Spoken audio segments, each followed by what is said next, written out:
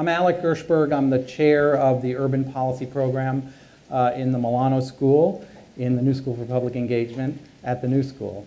And we are thrilled to have all of you here. Basically, the decision in Ferguson, the court decision, was done on the Monday before the holiday of Thanksgiving, and I don't think that was an accident. It makes it particularly challenging for universities to respond because, basically faculty are gone by the Monday before Thanksgiving, right? So I would like to recognize a lot of people, Minnie Muskis and other people in the Milano Dean's office who worked very hard over Thanksgiving break to make this happen. And we just felt like it was really important to come back from the break and have something where we could get people together and talk. So it's actually also, the panel's expanded a little bit, and I'll explain who's here and how things are going to work. We really wanted to have be a discussion. So the first thing also, because the issues like this are obviously can get people's blood boiling and can be very tense, so I think it's important to give you a sense of how we would like this to run, and also to talk a little bit about ground rules. I mean, our goal here is to have a respectful and open dialogue that's based on the presentation of one faculty member and then contributions of our panelists and all of you. And the goal is to have an arc of a conversation that Jeff Smith will put on the table, and I'll explain how that'll work in a minute. And then our discussion, we would like that to follow a similar arc. And again, I'll explain that in a minute. But specifically about ground rules, I took some ground rules that were developed by Paul Gorski on social justice conversations. So it's not anything that people maybe don't know themselves, but I think it's worth repeating. Listen actively and respect others when they're talking. Specifically, do not speak for more than 1 minute, and I will use a timer because we really want it to be a discussion. Try to prioritize speaking from your own experience instead of generalizing. Try and say I instead of they or we or you. Don't be afraid to respectfully challenge people, we can challenge one another by asking questions, but we should try and refrain from personal attacks and focus on ideas.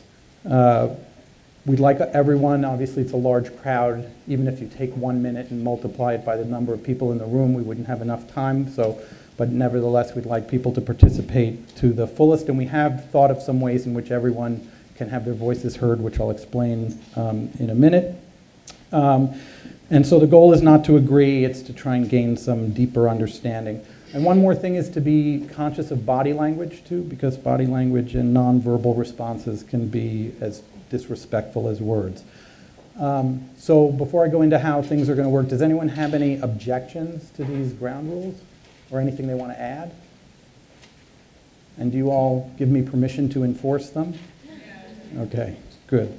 I also want to mention that we're live streaming, I think that's a legal issue that I have to mention.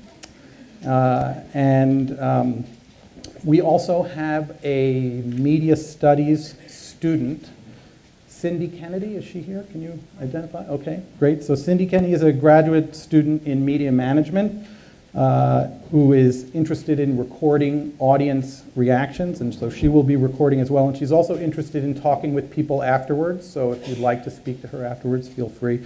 And we'll be collecting cards from people along the way, and some of those cards will make it into the discussion, and some of them won't, but all of them will be collected, and we'll figure out some way to disseminate them. So the next thing I'm going to do is go through the speakers' bios to let you have some sense of who's here, and then quickly talk about how we're going to run things. So, and the bios are probably a little bit longer than I'd like them to be, but I think it's worth knowing who's speaking. So Jeff Smith, could you identify yourself, Jeff? All right, great. Jeff is Assistant Professor of Politics and Advocacy at Milano. He teaches courses on urban political economy, election campaigns, power and strategy, and incarceration. He majored in African American Studies at the University of North Carolina and received his PhD in political science at Washington University in St. Louis. He has a long history in St. Louis. He worked in the city public schools. He co-founded a group of charter schools. He coached youth basketball there for a decade, and he represented an urban district in the Missouri State Senate.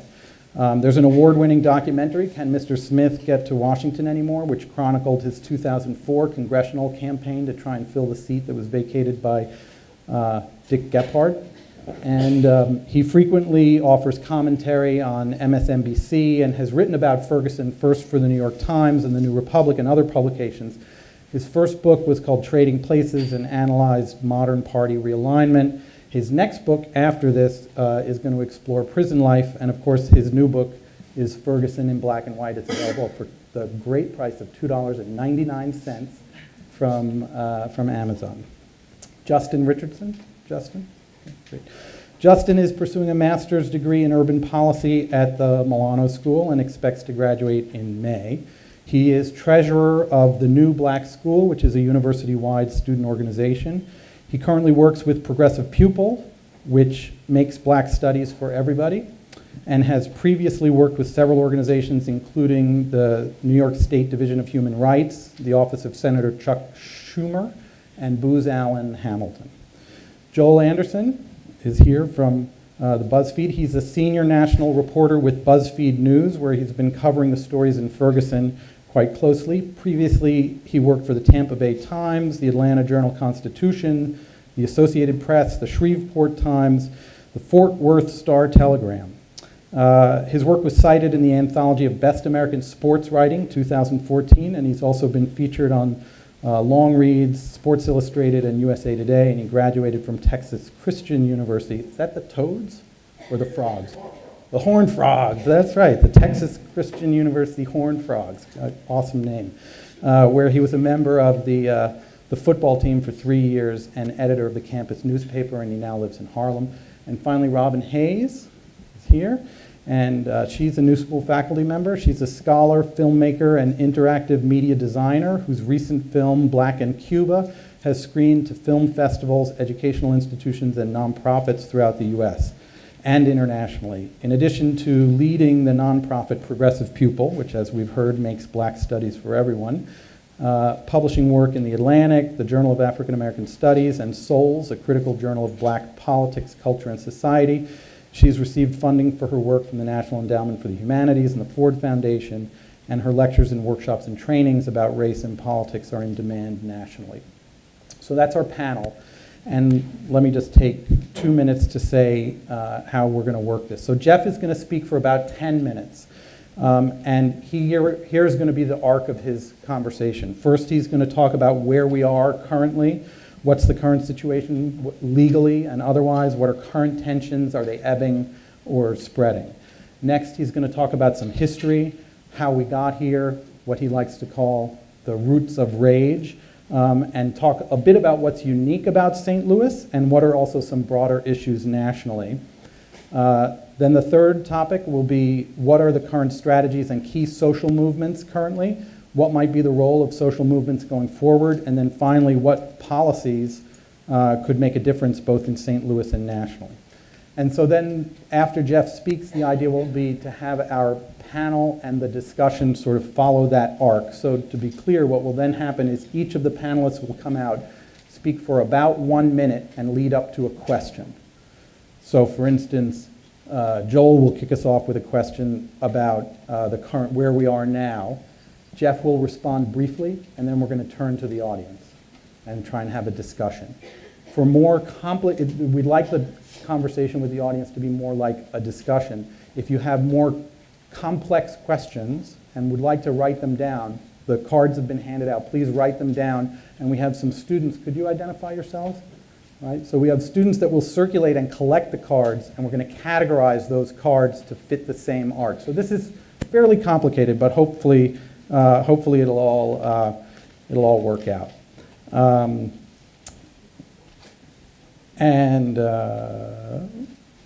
Yeah, and as I mentioned, we're going to catalog these responses afterwards. So without further ado, I'm going to hand it over to Jeff. And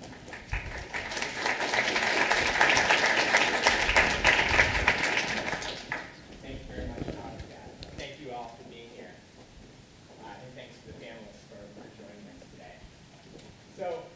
in the last several months, we've seen it happen over and over. Yeah. I will turn this on. Can you hear me? All right. How's that? Can everyone hear me okay now? Okay. I apologize. So over the last several months, we've seen it happen over and over again. Unarmed black men throughout the country, shot, choked, killed by police officers. We saw it just last weekend in Brooklyn with Akai Gurley, shot in a stairwell of a public housing project for no crime other than deciding to use the stairs instead of a broken elevator. We saw it last week in Cleveland when a 12-year-old boy, Tamir Harris, was shot in a playground for the crime of playing with a toy gun. We've seen it in San Francisco with Oscar Grant. We've seen it over and over again. But the case of Mike Garner in St. Louis, it has ignited a movement, a sustained movement for the last almost 4 months, unlike anything we've seen in other cities. And so the question that I asked a few months ago, and the question that I wrote about in Ferguson in black and white is, what is it about St. Louis's history or culture or politics that makes the region unique and has led to this sustained movement to try to change policy? So I have been back and forth to St. Louis several times since August 9th, the date that Michael Brown was killed. And right now, there's an uneasy peace, I guess is the best way to put it. I wouldn't say there's a calm, because it's not calm. There's extraordinary tension still throughout the city, throughout the region. And the reason that's the case is because what St. Louis is experiencing right now, what it's going through, it didn't start with Mike Brown, and it won't end with Mike Brown. And so today, I want to explain how, although Mike Brown was the spark, the match that lit St. Louis afire, there was tinder that had been accumulating for about 150 years, probably even longer, and kerosene that had been thrown on that tinder for several decades. And so I want to talk about that a little bit before we talk about where we are and the movement taking place. I'll start in 1876. That's a year that's sort of embedded in the collective American psyche because it was the beginning of the end of Reconstruction. It was the election that led to the end of Reconstruction. And that's St. Louis and Missouri generally have an interesting place in the history of Reconstruction. Now, you all know this history. 1865, the Civil War ends, and Northern troops go to the Confederate States. And what you actually see politically in most Southern states, even in the Deep South, is you see black Americans gaining political power in an unprecedented way. A black United States Senator, Blanche K. Bruce, from Mississippi, the state that was widely seen to have the most brutal form of slavery. PBS Pinchback, the governor of Louisiana, and black United States congressmen representing almost every state throughout the South. But Missouri was apart from that. Missouri was unique in that it was a slave state, but did not experience Reconstruction because it was one of the border states that technically remained loyal to the Union, despite having a huge number of slaves and slaveholders. Why is that important? It's important because during that decade, between 1865 and 1876, there was no juncture during which white Missourians ceded power to black Missourians. Most of the other border states, like Kentucky, West Virginia, had no American power. Up through the next several decades, well, let me stay with 1876 because it's important not just nationally, but it's important in a local perspective as well. Another thing that happened in 1876 in St. Louis was that the city of St. Louis decided that it didn't want to be a part of St. Louis County anymore. Did any of you see that on the news? That seems crazy, that St. Louis City isn't in St. Louis County. And that happened in 1876 because the city decided it didn't want to be responsible for providing services to to the outlying areas because transportation was difficult. Why is that important now? Well, let me explain. The county a lot of people ended up moving from the city to the county. You know when St. Louis used to be the 4th biggest city in the country? As recently as 1950, St. Louis had almost 1 million people. And now it has only 1/3 of the people that it once had. People think of Detroit as the prototypical example, unfortunately, of urban decline in this country, but St. Louis has lost as big a percentage of its population as Detroit. So most people were moving out of the city to the county. And the reason why, in many cases, was race. Race inextricably intertwined with economics. What do I mean by that? I mean, white people believed that their property values would decline the minute black people moved into their neighborhood. They were reinforced in this behavior by a number of very unscrupulous people, mostly in the real estate industry, who made a lot of money off this process. I document this in my book. Realtors coming into neighborhoods and threatening people, saying, oh, there's a black family that's moving in down the street. Some realtors would even pay young black women to walk with strollers in neighborhoods so that they could get white families to sell their houses at cut-rate prices and then flip them over to black families at artificially inflated prices. That's the sad history of St. Louis. In the early 1900s, the Supreme Court, in 1916, I believe, the Supreme Court decided that no longer could you have legal segregation in any neighborhood. And St. Louis had an innovative way around that. They decided to, most neighborhoods decided to institute restrictive housing covenants so that even though the state wasn't officially segregating, all the whites who lived in a certain neighborhood would enter into an agreement with their neighbors not to ever sell to anyone who wasn't white.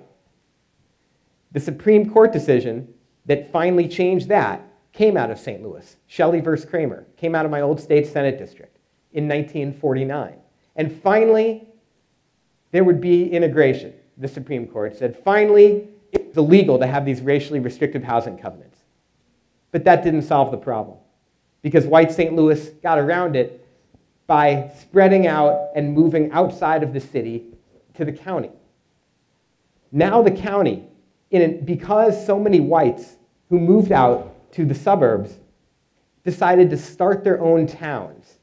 And the reason they started their own towns, in most cases, was to enact exclusionary zoning to ensure that poor people, oftentimes black people, could not live in their town. And so in St. Louis County, one county, there are 90 different towns.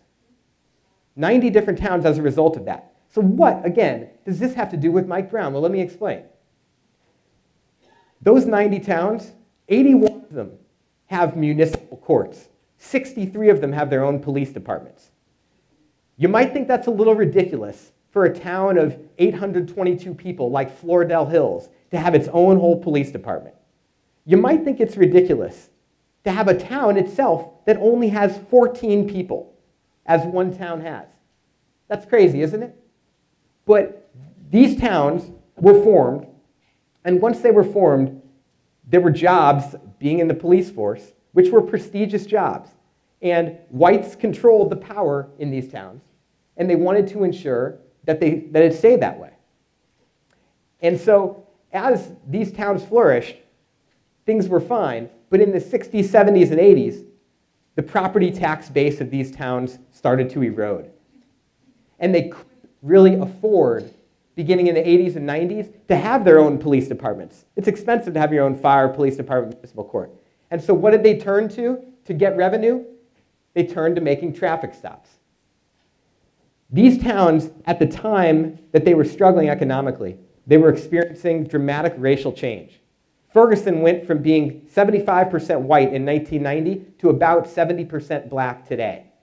That huge racial shift meant that most of the older people in town were white, most of the younger people in town were black.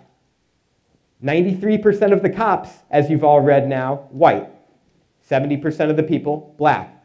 And what you've seen is a systematic targeting of black drivers, in particular young black drivers, who continue to get caught up in the system, pulled over because they have a light out, a tail light out, pulled over because they don't have a seatbelt on, and then given tickets for failure to provide proof of insurance or failure to have an updated license, and in many cases, accumulating $400, $500, $600 worth of tickets in one stop. I know it because I've been in a lot of these traffic courts. Because I'm an inveterate speeder. And I taught at the University of Missouri St. Louis while I was in graduate school, and I also had a job as a delivery man. So I went to 120 different supermarkets throughout the St. Louis area, and I was usually speeding 20, 25 miles per hour over the limit, and I got pulled over all the time. And so I was in these traffic courts all the time, and it was the same story almost every night. Me and 80 black people. And the treatment that I got was noticeably different. Not every time, but a lot of the time a judge would take a look at me, and I exploited my privilege, and I understand that. I would get dressed up, I would look nice. The judge would ask me what I was doing there, and you know what I would say? I would say, you know, Your Honor, I'm an adjunct professor at the University of Missouri St. Louis, and I was on my way. And he would say, listen, I'm going to give you a warning. Okay, don't do that again. Slow down. That was not the same experience that most of the black people that I watched had. That is the root of much of the simmering rage that we see in St. Louis, is decades of life as a black person, in particular as a young black male, feeling as if you're living your life under siege, where every time you go out, you feel like you could be pulled over. And the economic desperation that pervades North St. Louis County, areas in which as much as 30, 40, 50% of black males between 18 and 35 are unemployed, means that people don't have $500 to pay for those 4 tickets or 5 tickets, and so they end up not going to court. And once you don't go to court, I represented one of the poorest districts in the state, and so many of my constituents, I heard these stories over and over again, where they had a warrant, they couldn't afford the $500 to pay it, they wanted to pay $100 at a time, but when they'd call to ask, they were not allowed to pay on an installment plan. They couldn't get the money together without working, and so they would drive to their job and then get pulled over, and then get put in jail, even if it was only 30 days. That meant that they had to tell their boss, hey, I've got to take care of my sick parent. Boss would say, okay, you can do that for a couple days, but you can't do it for 30 days. And then they would lose jobs.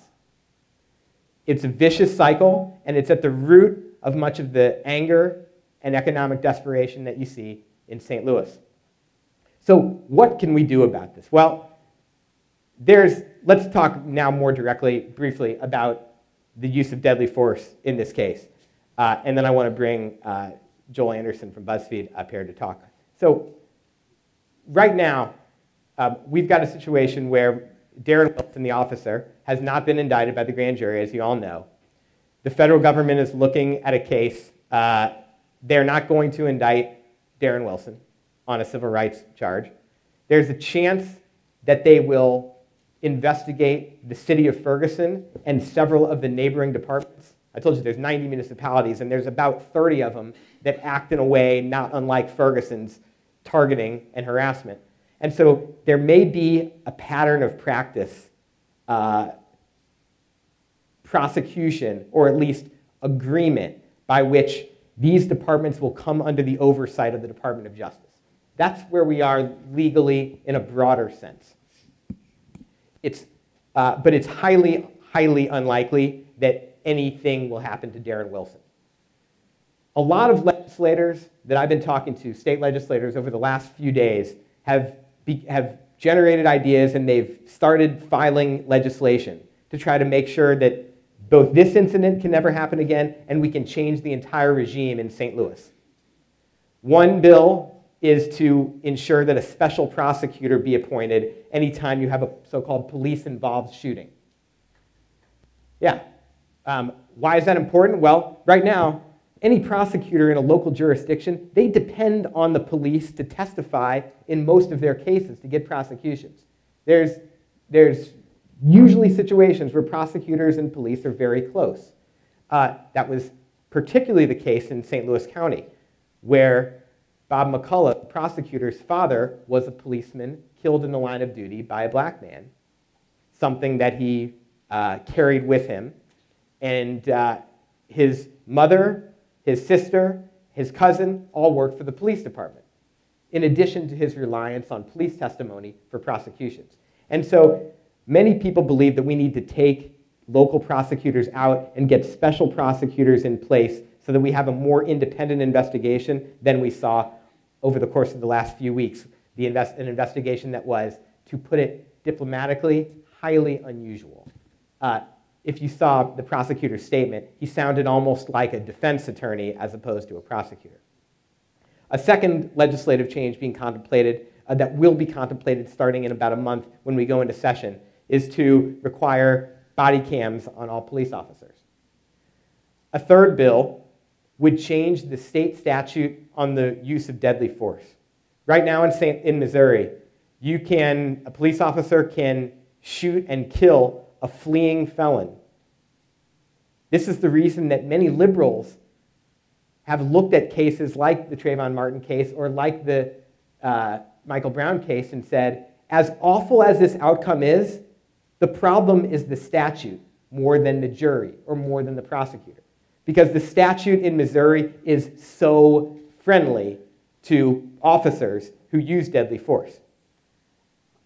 So there is a federal opinion, a Supreme Court opinion, Tennessee versus Garner, which is much more stringent about when officers can fire upon a fleeing felon.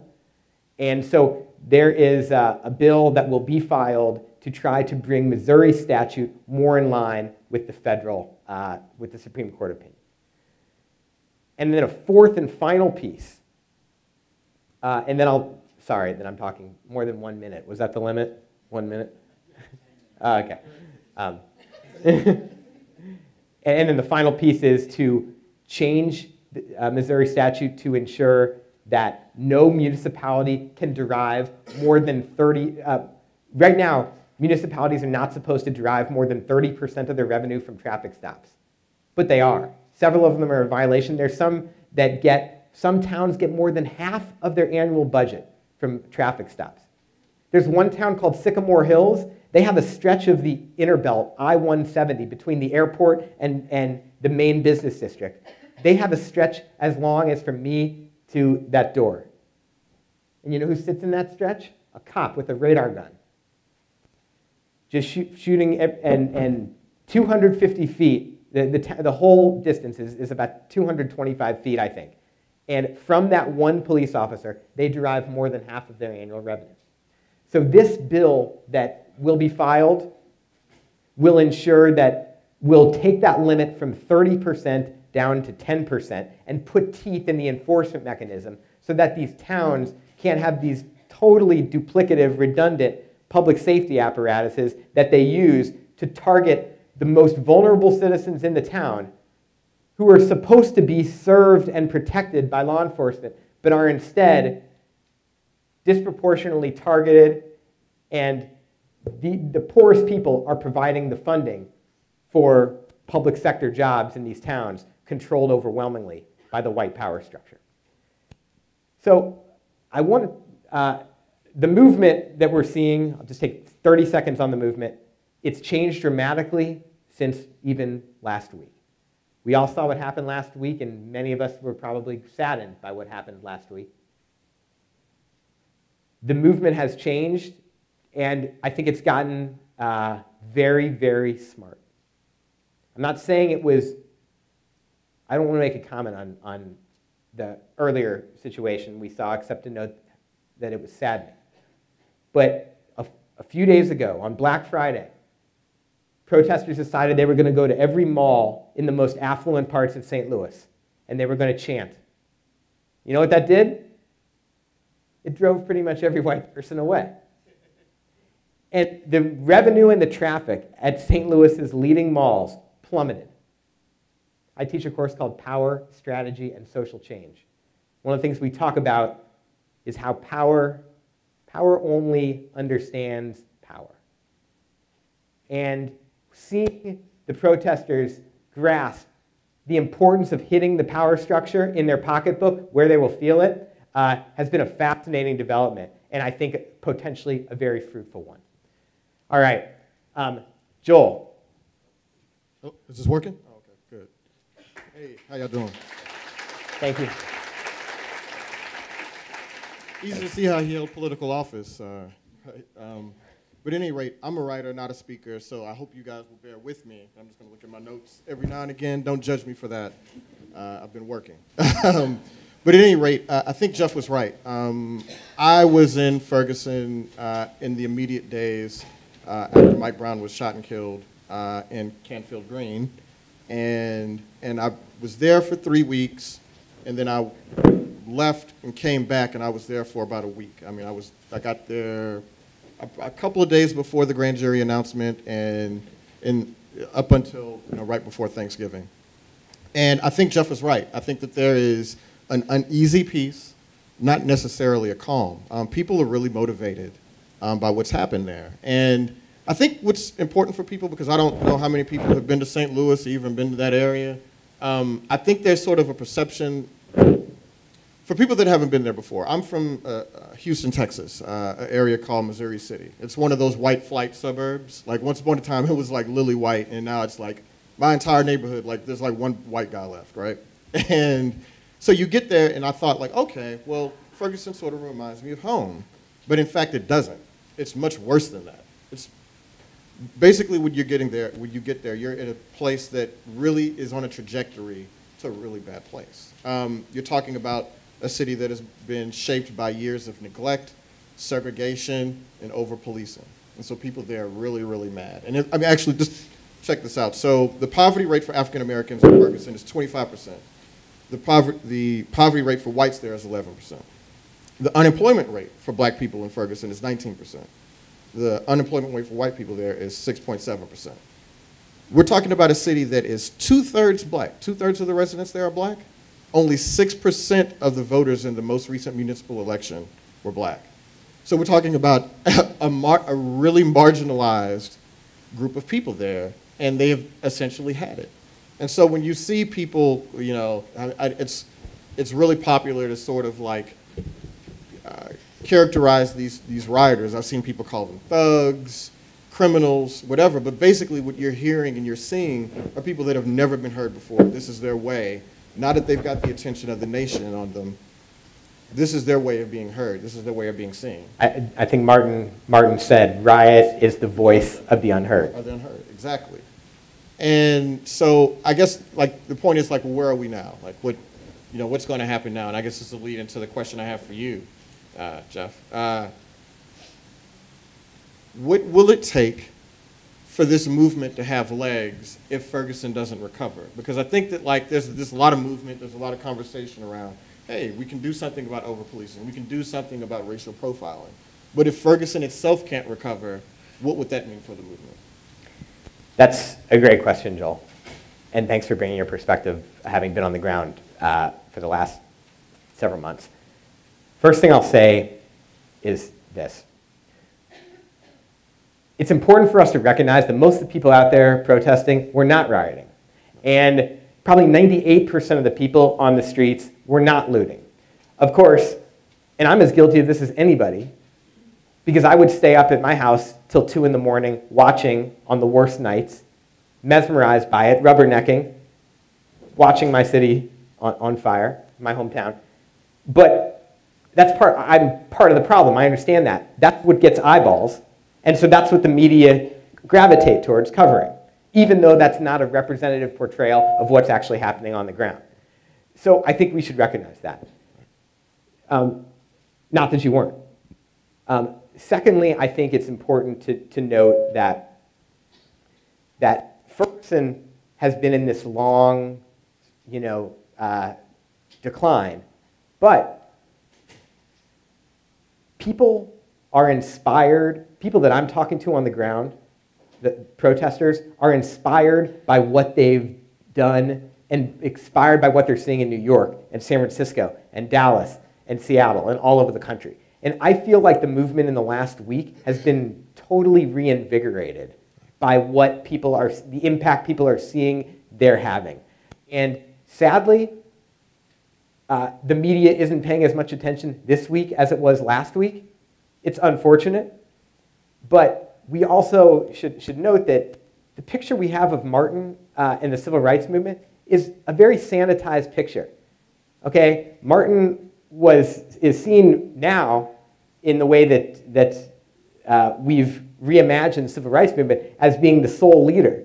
But A-Trap Brown was saying burn baby burn, and Stokely Carmichael, and Malcolm, and there were a lot of other more militant figures who have now been marginalized to some extent by history, and who I would argue helped propel the success of the civil rights movement by making what Martin Luther King was proposing seem more reasonable. So all these things, I'm not sure that I directly answered your question, but I did, as is my want. But those of you in my classes know that. But I think it's important to say that Ferguson, even though it's in this economic, this vicious economic cycle, a lot of people are energized by seeing the way they've inspired so many others. I think there was a hand. I just want to interject one second and to say the students will start circulating to gather the more complicated questions that are less discussion. And please hand them in and we'll sort of feed them to the speakers. And in the meantime, Joel will hand out the microphone to those who want to kick off the discussion.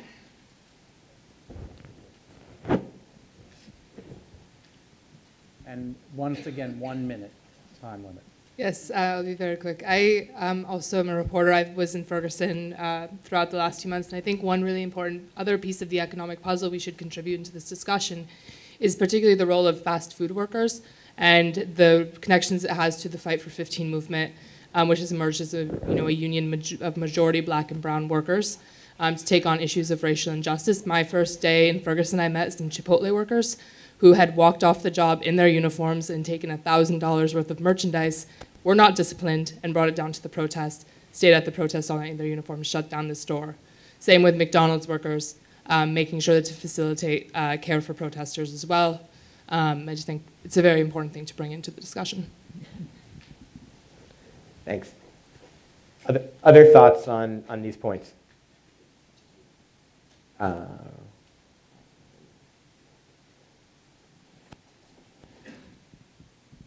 Thank you.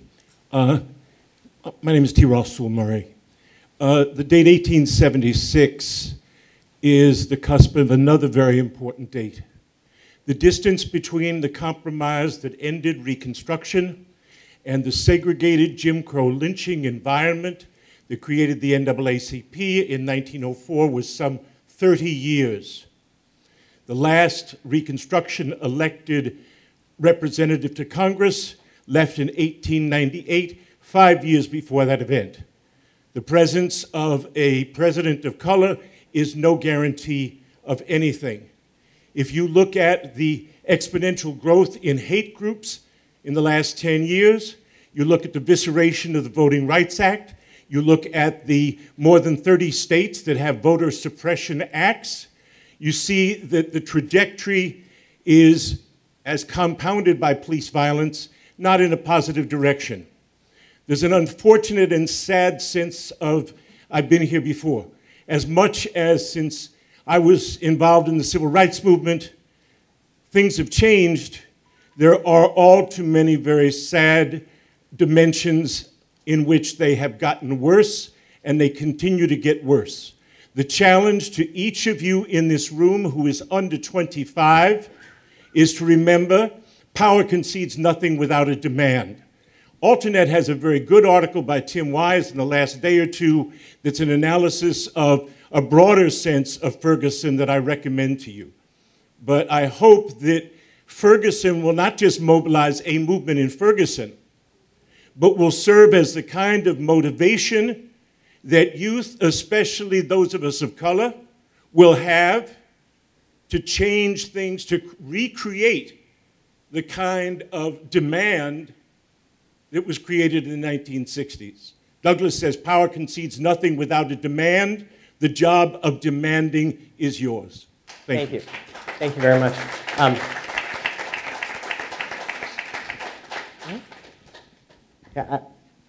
I've got one in Beth. Thanks.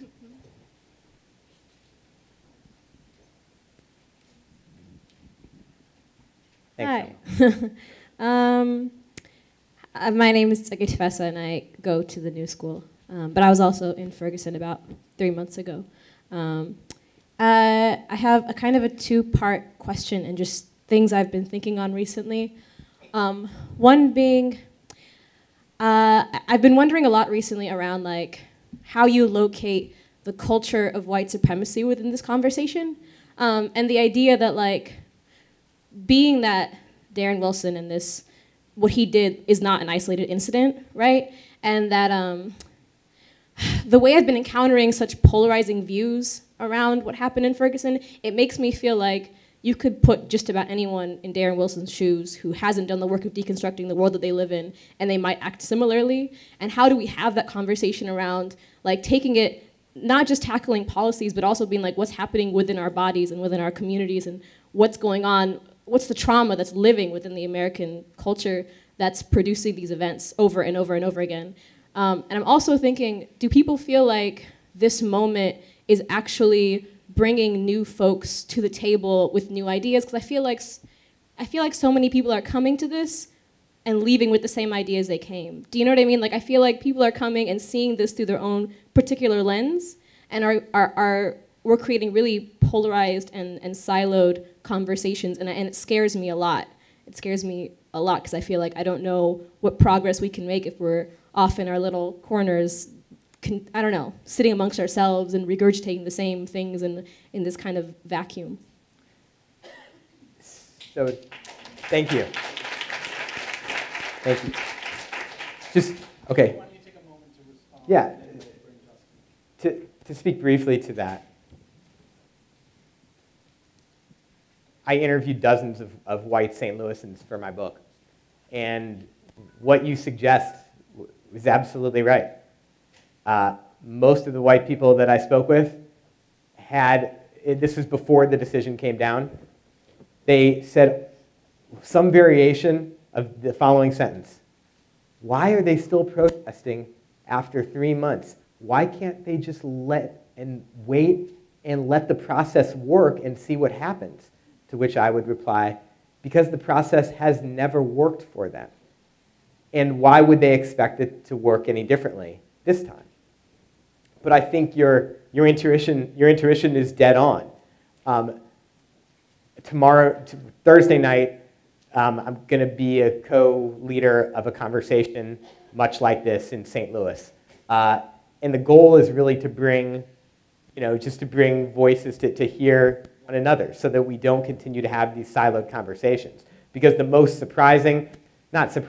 disheartening thing that I encountered in interviewing white people back in St. Louis was hearing people I thought were liberal-minded, had donated to my campaigns, had been friends of mine, and I would ask them about this, and a couple of them said things like, this is not the case. There's police brutality, but this kid is a thug, Jeff. That's what I heard over and over again from white people. So I would agree, there's a lot of siloed conversations, and hopefully I and others will be part of the effort to kind of bridge that. You had a first point. Joel, you want to take that, and then we'll bring Justyn in. Yeah, real quick, I guess to both points. One, and maybe I'm really a pessimist here. You talk about like what can we do to sort of address these issues within the people that don't feel that that think that if they were in Officer Wilson's shoes that they might do the same thing.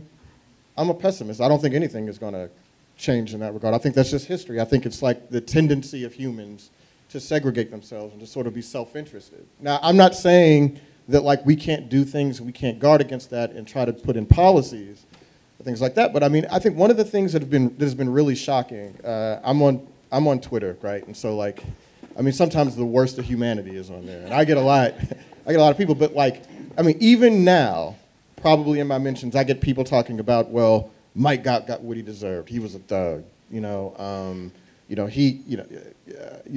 that's what happens when you don't do what the officer tells you to do, And so I think the thing is just to be resilient and to like press your local officials to do as much as they can, but like I don't, in terms of like healing people, like I just don't think that's a thing that happens. Although, I would just say, one of the other bills that's going to be filed is a bill to require that all officers undergo like a, I think, fairly lengthy sensitivity training, diversity training. I'm not saying that's the cure-all, but I'm saying putting that in statute for departments would be definitely a positive first step. Why don't we bring in Justyn Richardson, the treasurer of the new black school.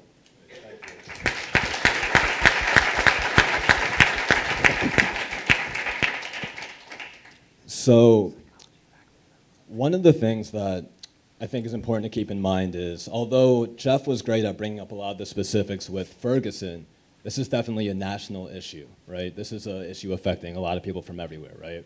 So I'm in New York, and I was active in the protests here for not only Mike Brown, but also Eric Gardner, and I have not seen so much activism over Black lives, and I think it's wonderful. I think it's commendable to see our generation getting up and standing up and fighting for this.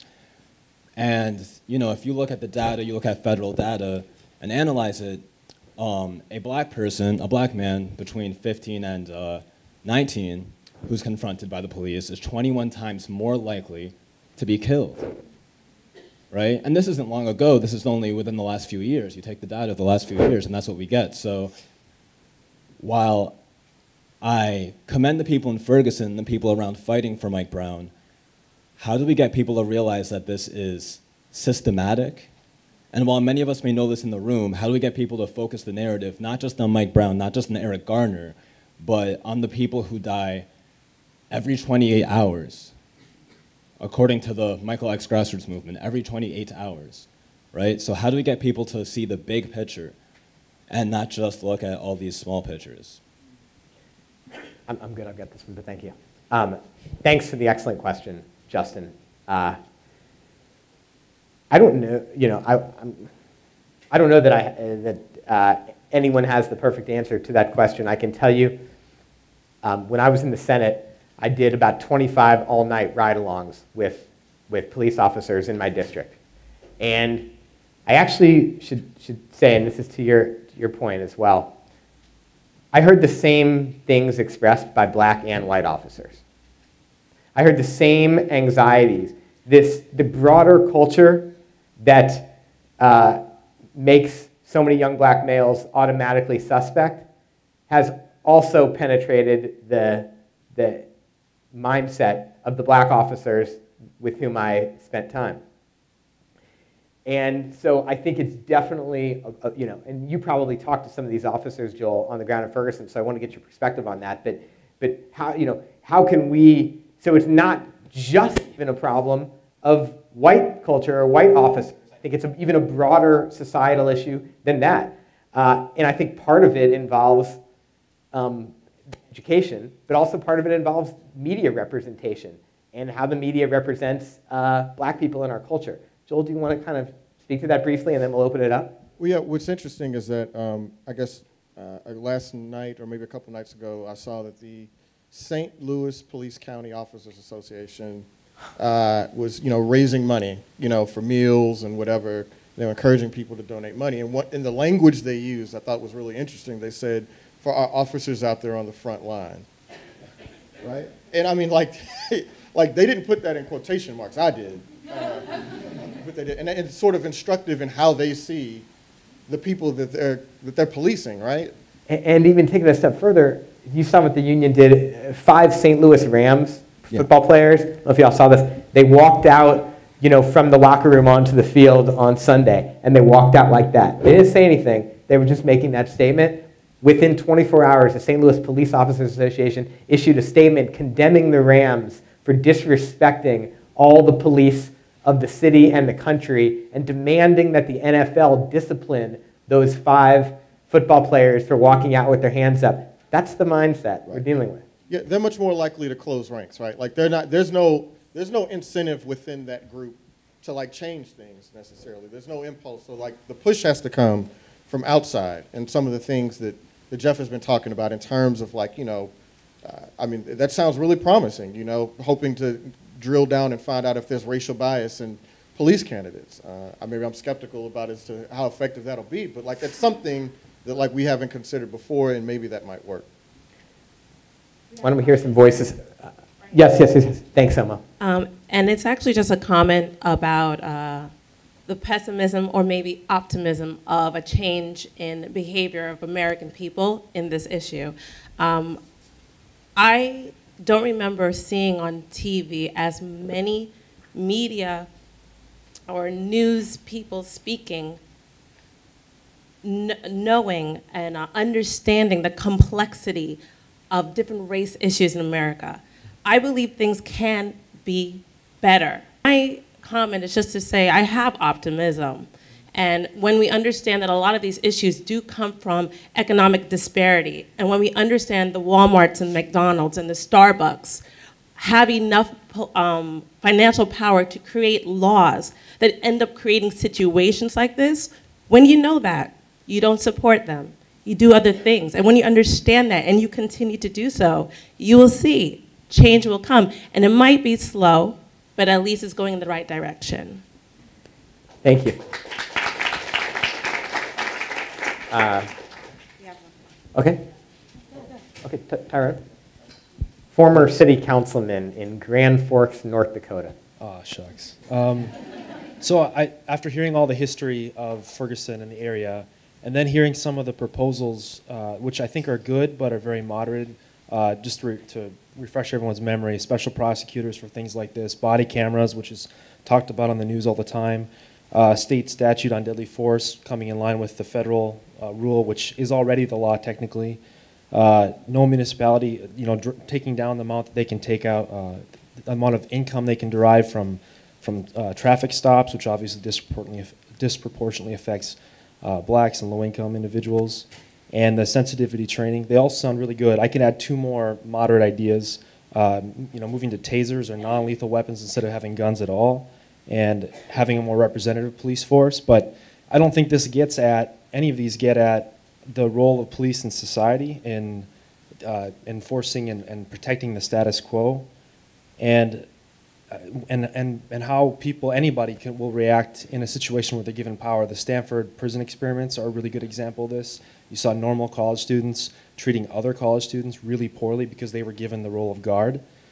And I was wondering, for anybody in the room, what other ideas are being discussed, or does anyone here have any ideas on how to deal with the role of the police and the way that power can make people act in ways that are at odds with the public interest? I would say before we open it up, both things that you suggested, one of them going to tasers, State Senator Jamila Nasheed actually is going to introduce a bill that requires less lethal uses of force to be used up until until the suspect is within 20 feet. Okay, so 20 feet is the threshold, which, and Mike Brown, of course, was killed at a further distance than that. And then the second thing, there's no law being proposed, but mine is organizing a philanthropic effort to raise $5 million. A businessman is organizing an effort to raise $5 million to train young African Americans to go into law enforcement. So efforts, tentative first steps, are being taken in both of those realms. And then a third thing that connects back to the law enforcement issue is conversations about compressing those 90 towns down into like 10. So you reduce all that expensive duplication, which is pressuring these towns' budgets and forcing them into this over-reliance on traffic stops. So a few other things that are maybe slightly less incremental that I should have noted in the first place, but thanks, Tyrone, for the thoughtful suggestion. Do you guys have?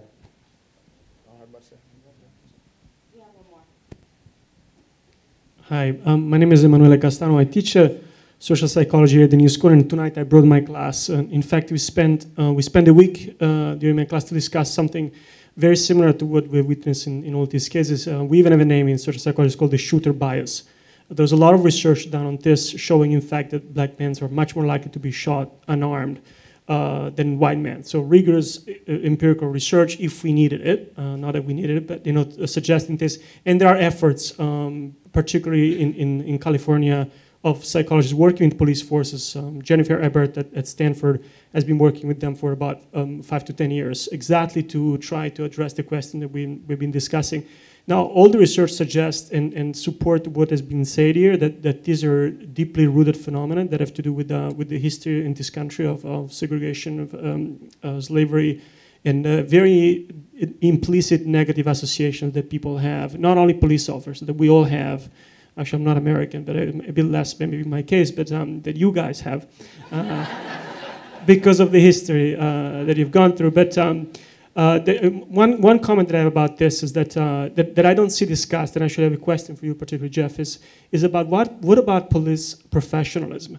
I do not understand, in all the cases, 12-year-old boy, the case in New York last week, the case in Times Square, 2 years ago, why police officer cannot shoot somebody in the leg if they feel that their life is threatened. I do not understand why people get killed in this way again and again. And that's a very minimal request, right? It's not about, it's about takes into consideration the situation of threat that people receive that is usually used as an excuse for this. And it's a very simple question. So how is it possible that we get to this point again and again? And so it's ultimately a question of professionalism of the police forces that should be asked, among other things, of course.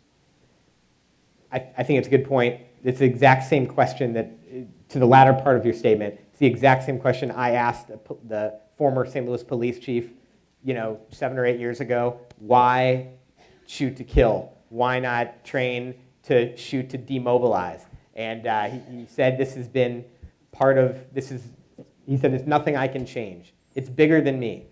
Police are trained to shoot at the center of the target because if they miss, it could be a life or death situation for them. And so they're always trained to shoot right here. Because, aiming for a leg, there's not, the margin for error is too small. That was his response to me. And to your first point about this sort of collective psyche, in America about the danger of black men, I was so struck, I want to see if you guys agree with me, by the way that Darren Wilson's rhetoric in testifying, it seemed absolutely like time-tested, to appeal to these deep-seated fears about this massive black demon who is got the strength of Hulk Hogan. I was only surprised he didn't say the Junkyard Dog or some black wrestler instead of Hulk Hogan. But all of these images that he attempted to conjure in the minds of the grand jury comported with headlines that you see in newspapers during the Jim Crow era, where anytime any black man was accused of any violence, he would be deemed like a superhuman, animal for doing so. I'm not sure if it's still on the internet anymore, but there's a website that used to be called Undercover Black Man, and he ended up being a writer for the HBO series Treme. When he was a former newspaper writer for Washington Post, and what he did is he collected a lot of these old, newspaper stories, and it basically was like the super Negro giant phenomena, where it's just that would always be the thing. They say, oh, well, the guy had, was the size of the Hulk. Or, they'd overestimate the height and the weight of the guys tremendously in each of these cases. And so that's sort of there's a long historical basis behind that. And so that's what you see in Darren Wilson. I mean, Darren Wilson is 6'4", right? He's 6'4", 210 pounds. There's not a lot of people in this world who should be able to overpower him in this way. And that the fact that he felt like an 18-year-old, 5-year-old. Yeah. He felt like a 5-year-old. Oh, yeah, felt like a 5-year-old. The fact that he felt like an 18-year-old diminished him that much. It speaks to a lot to I guess the racism that's caught up behind that. But additionally, I wanted the point you made. I have a friend that is a DEA agent, and I asked him about this question about why couldn't you just shoot somebody in the leg? I mean, they go through all this training. You'd think well, they should be able to aim their gun in such a way that they could hit somebody without fatally wounding them. And apparently, the basis behind that, the reason that they don't do that is because they don't want to get to a place where they're pulling out their gun in situations unless it rises to the level in which they feel they have to use deadly force, right? So if you pull your gun out, you have to be prepared to use it in such a way that you're going to kill the person. not that you're going to wound them. So anyway. But it was so interesting in his testimony how he goes through his head like, oh, and then I thought maybe I'll use pepper spray. And then maybe I thought, and that was a little bit, felt a little disingenuous to me to think that he went through all those options within the split second he was making that decision. But I know he felt like he had to stand up for the grand jury. Let me do this before you reply. Do you want to bring Robin in and then would save that thought? Robin Hayes, my colleague.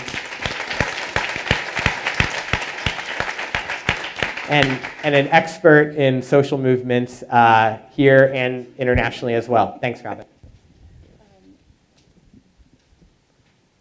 We'll get to your point in a second, Justyn. I just want to, so much is swirling around because you've had such really important questions, and I won't take up too much time so we can hear more of them.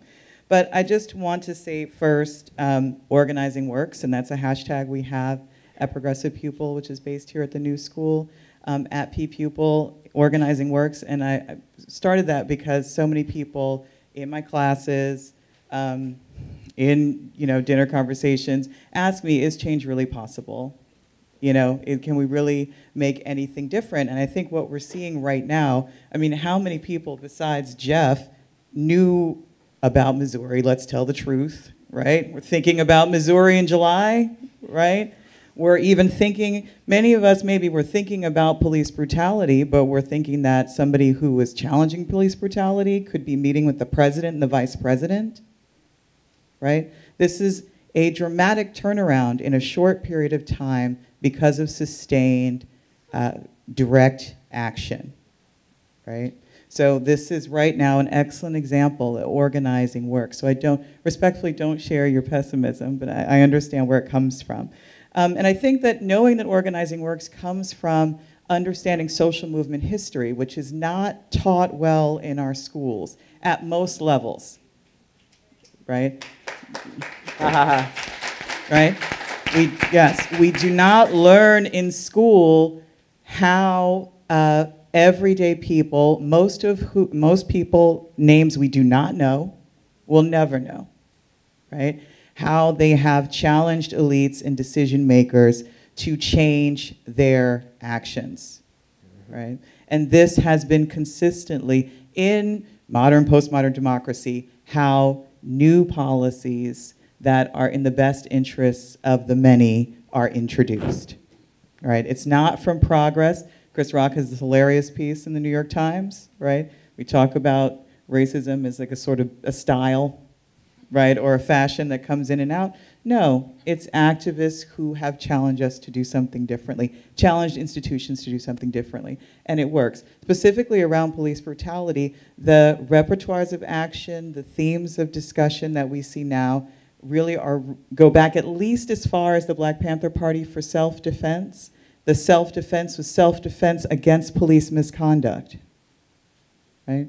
In the 1960s. So in black communities, there has been a decades-long conversation, a decades-long experience of rage, but decades-long conversation about solutions. What can we do? And there has been pressure, and we see now that that pressure is mounting, and young people are moving that forward. But I also think it's important, while it's important to respect youth and youth leadership, I think it's important for those of us who are no longer, youth in truth, maybe still young at heart, right? Not to absolve ourselves of responsibility, right? We cannot leave young people on their own to deal with the problem that also affects us.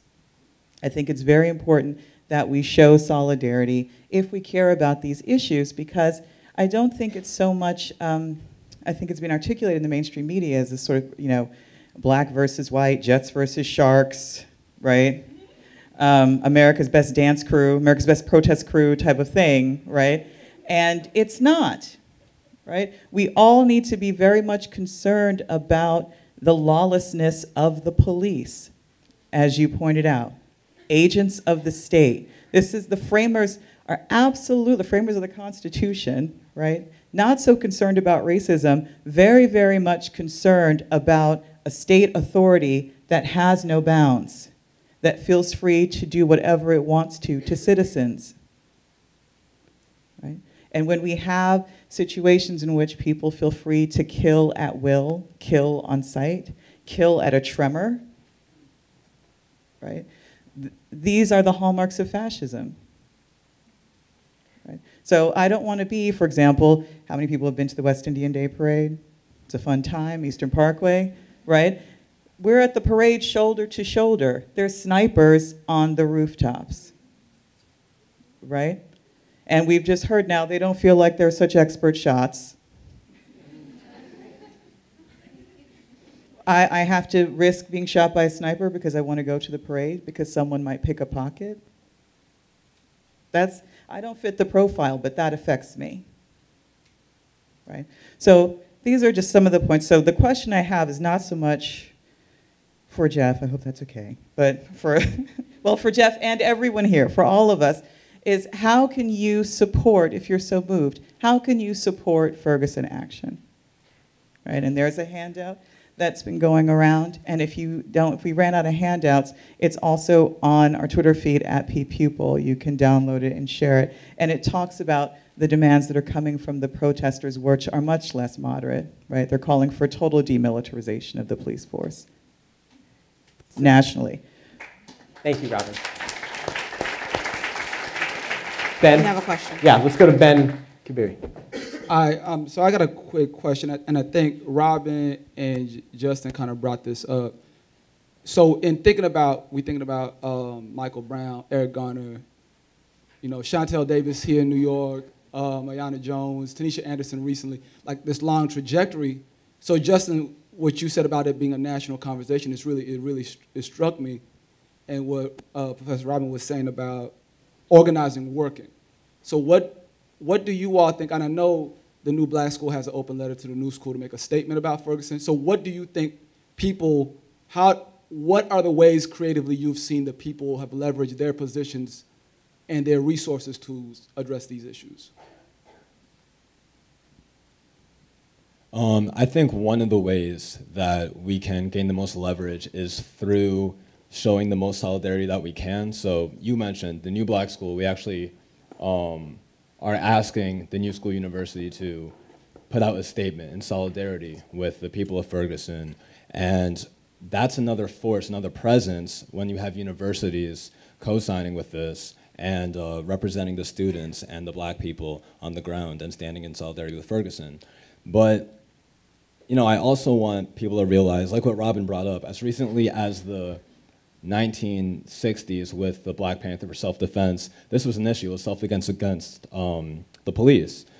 Back for many of the police patrol's inception, they were slave catchers. So from the inception of police, all the way to the 1960s, all the way to today, this is how it's operated. So really, we aren't upset that the system is broken. We're upset that the system is working.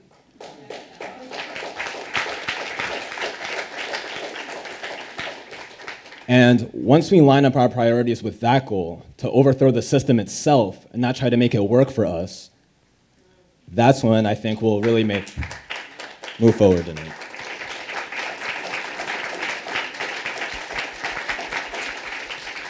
Thank you, Justyn. In back? Uh-huh.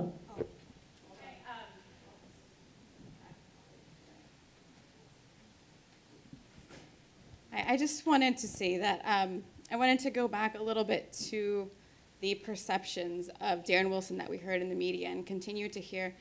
And as a mom of 2 black boys and somebody who's aged out of this youth cohort, I think this is an area for me anyway to really connect, because I'm worried about them, right, as they grow up. And there's been some studies by Kirwan Institute and others about the perception, the age perception of particularly black boys in schools with school discipline, and the perception of pain that black people feel versus white people. And I just think that this is another way to connect all of these issues. And so I do share Justyn's pessimism, for real. And maybe that's I'm sorry. and maybe that's the recovering journalist in me also. So I feel you on that. But I'm a little bit hopeful at how some of these movements, how some of this research is coming together to make these connections between things like police brutality and school discipline and pain perception and the success of black boys and and centering that and saying Black Lives Matter and not being afraid to say that across the board. And so I just wanted to say thank you for raising those points, and thank you for calling out the youth at heart. But thank you.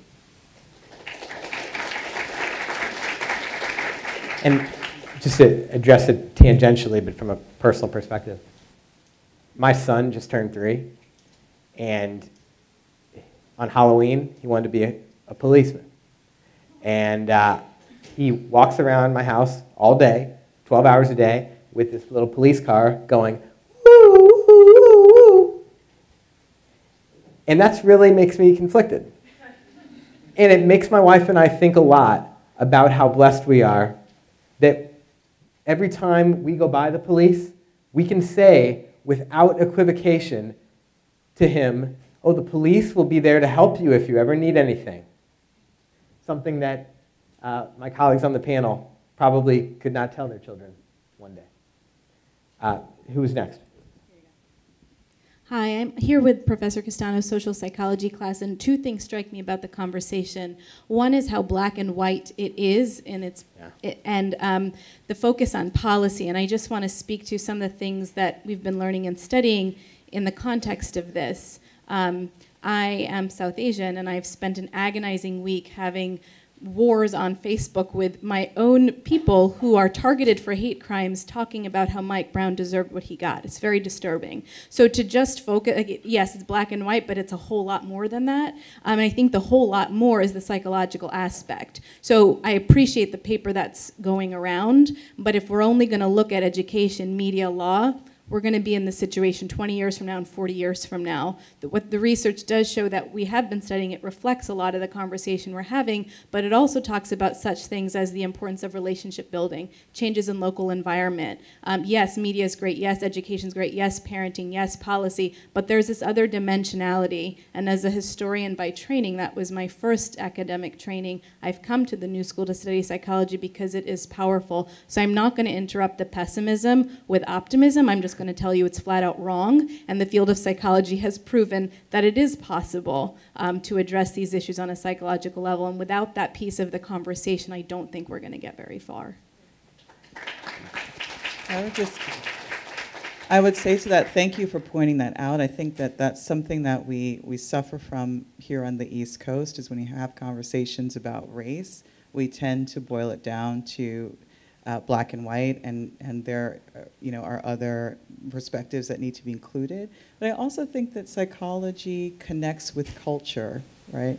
And so I absolutely agree with you that we need to work on it on all fronts, and institutions can provide the resources to make that possible. And that is part of what I think this movement that's doing now is really smart, is they're beginning to make demands about the allocation of resources in addition to policies. And I think that that can make a difference. Just speak briefly to your point, to the first point about actual black and white versus all the shades in between that I admittedly neglected in my part of the conversation. And one of the reasons why is because in St. Louis, those folks, there's so few of them. My district was like 58% black, 35% white, maybe 4 or 5% Bosnian, but almost no Latino, almost no Asian, and that's characteristic of the broader metropolitan area, which has historically been seen as very unfriendly towards immigrants. While I was in the state Senate, my longest filibuster, 11 hours, was spent filibustering a constitutional amendment to make English the official language of the state of Missouri. So I did the first 30 minutes of it in French. But it's a real problem for Missouri going forward that we are seen as so unfriendly towards immigrants, and it forces issues into this very bifurcated, black versus white dimension. We have another question here. Hey, brother, how you doing? Real quick, my name is Sterling, but I wanted to ask you this in the panel. This conversation about Ferguson is just like this idea of like what happened to Michael Brown is highly centered around just police brutality.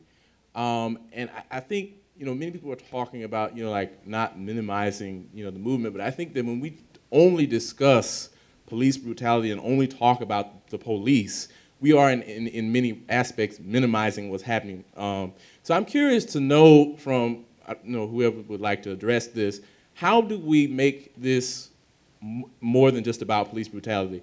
Like, how do we bring other issues into the fold along with police brutality? Because I'm gonna keep it 310. I don't think that no white police officer, no black police officer can go in no white community and kill no white child like that and get away. Okay. Yeah. All right, well, why don't Justyn and Robin? I'd love to hear y'all's take on it. Well, I think that the Blackout Black Friday is an example of how, as people have discussed, right, of making those connections and also building coalitions, right?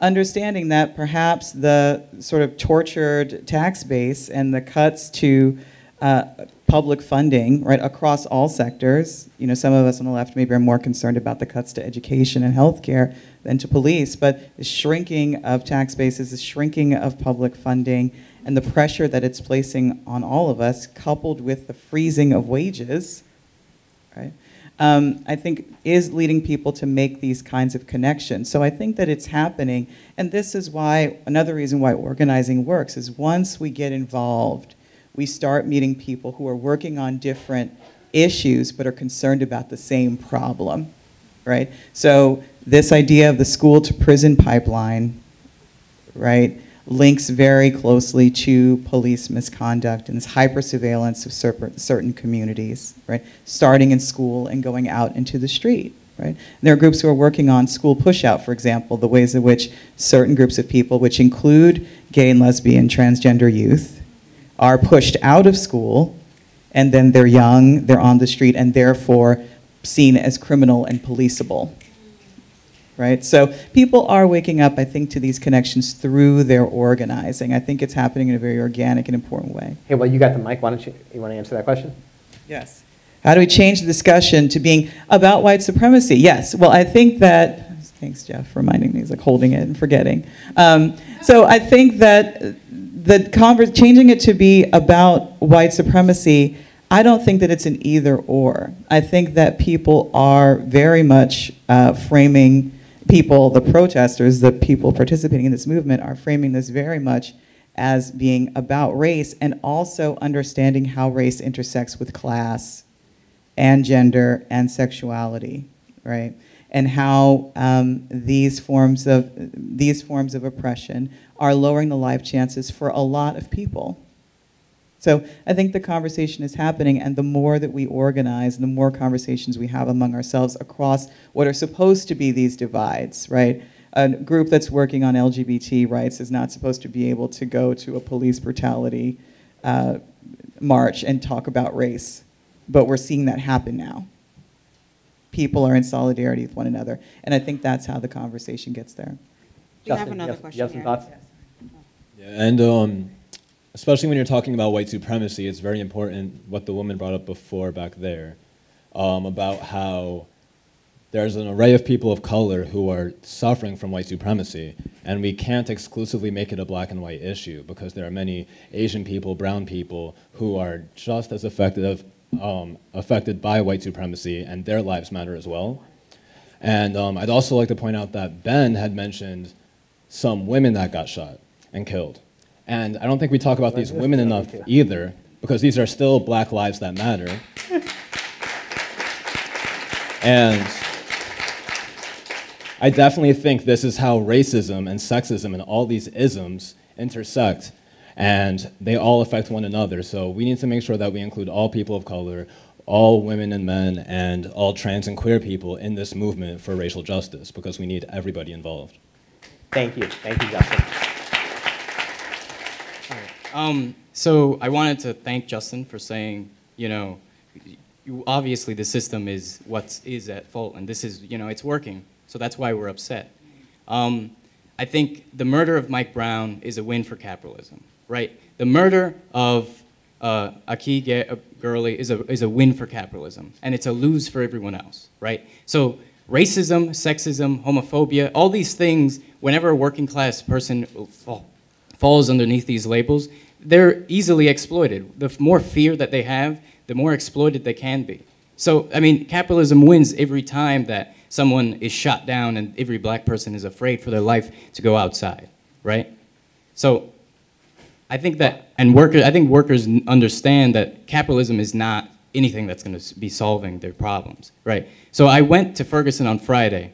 After the protest at the mall, we went down in front of the police precinct, and me with other people from Progressive Labor Party, which is a revolutionary communist party, we went out and we were in front of the police station and we walked across the street, and the second we got to the yellow line, they rioted. The police came out and arrested at least 15 of us. I was one of them.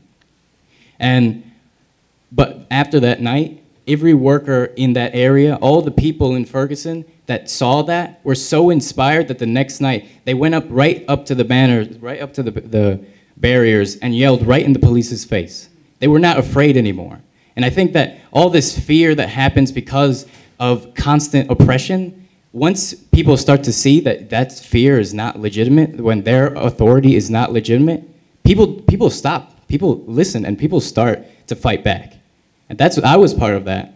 And I think that it's necessary, if we want to have a world where we can actually live and not be in fear, I think we need to have a revolution. I think we need to start thinking about how we can take down capitalism and replace it with something that's better. Well, I definitely hear what you're saying. I would respectfully disagree with you that this was a win for capitalism.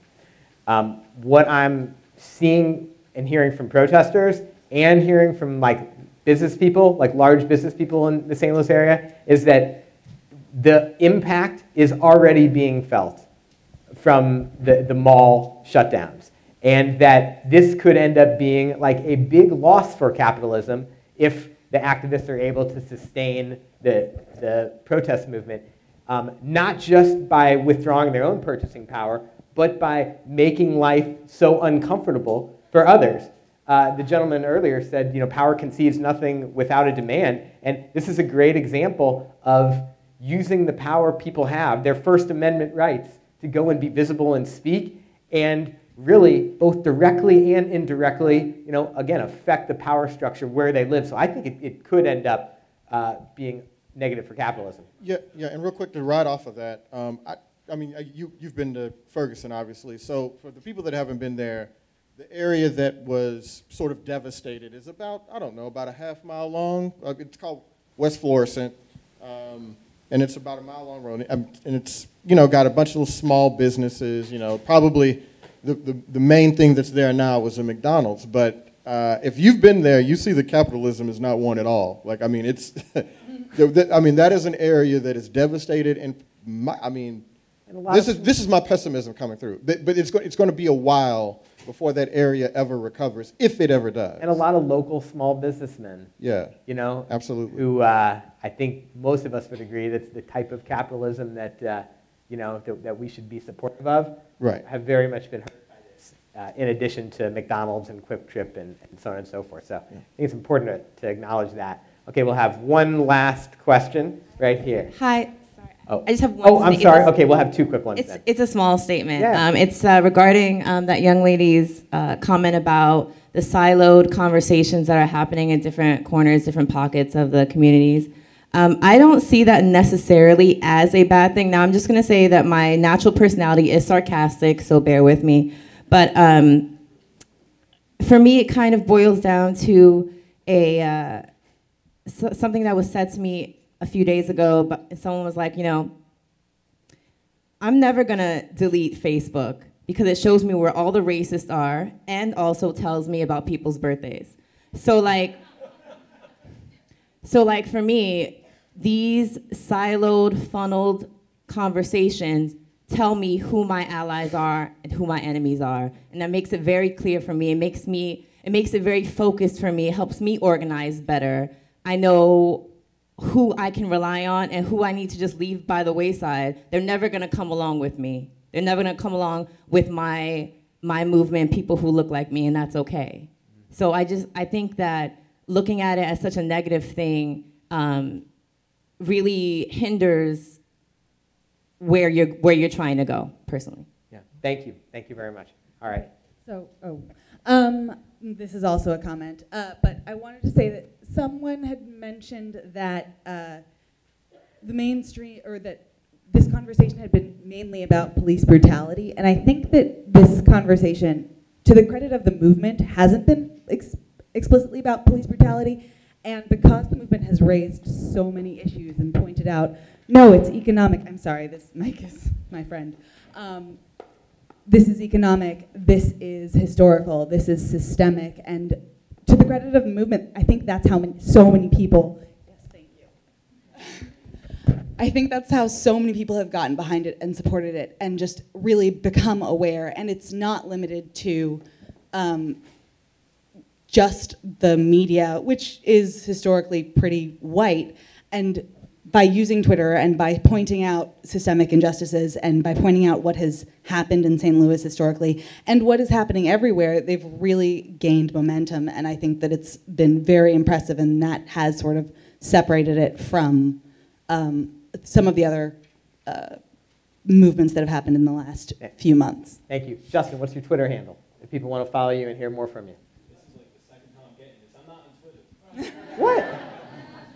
What? What's up with the youth movement? How do you Twitter?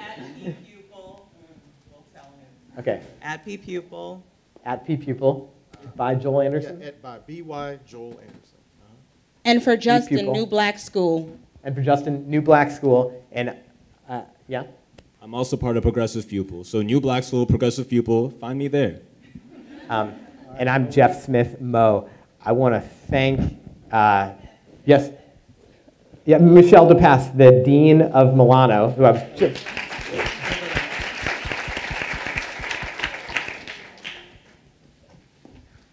Justyn. I know everybody has to go to class, but I just wanted to thank you so much for coming tonight. Right before everybody was heading home for Thanksgiving, you know, we discussed the fact that that we knew that there probably wasn't going to be justice served, and that they were going to come out, the prosecutor was going to come out with the statement. So we figured out, let's get something together quickly, because it's important to continue the conversation here at the new school. We had an event about 6 weeks, two months ago, and I'm sitting here thinking, how do we continue this dialogue? What do we do? And I wanted to offer up my email address, Milano Office of Dean at the new school, for you to send your ideas in terms of what we could do. I mean, some of you are Milano students, some of you aren't.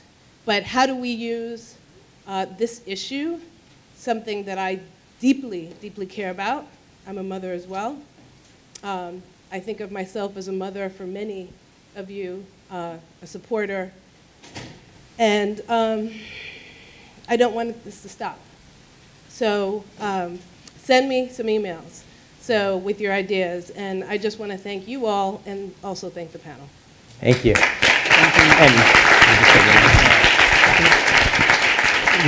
Thank you so much to Dean DePass for helping put this together. Thank you so much to Alec Gershberg, the chair of the Urban Policy Program, for helping.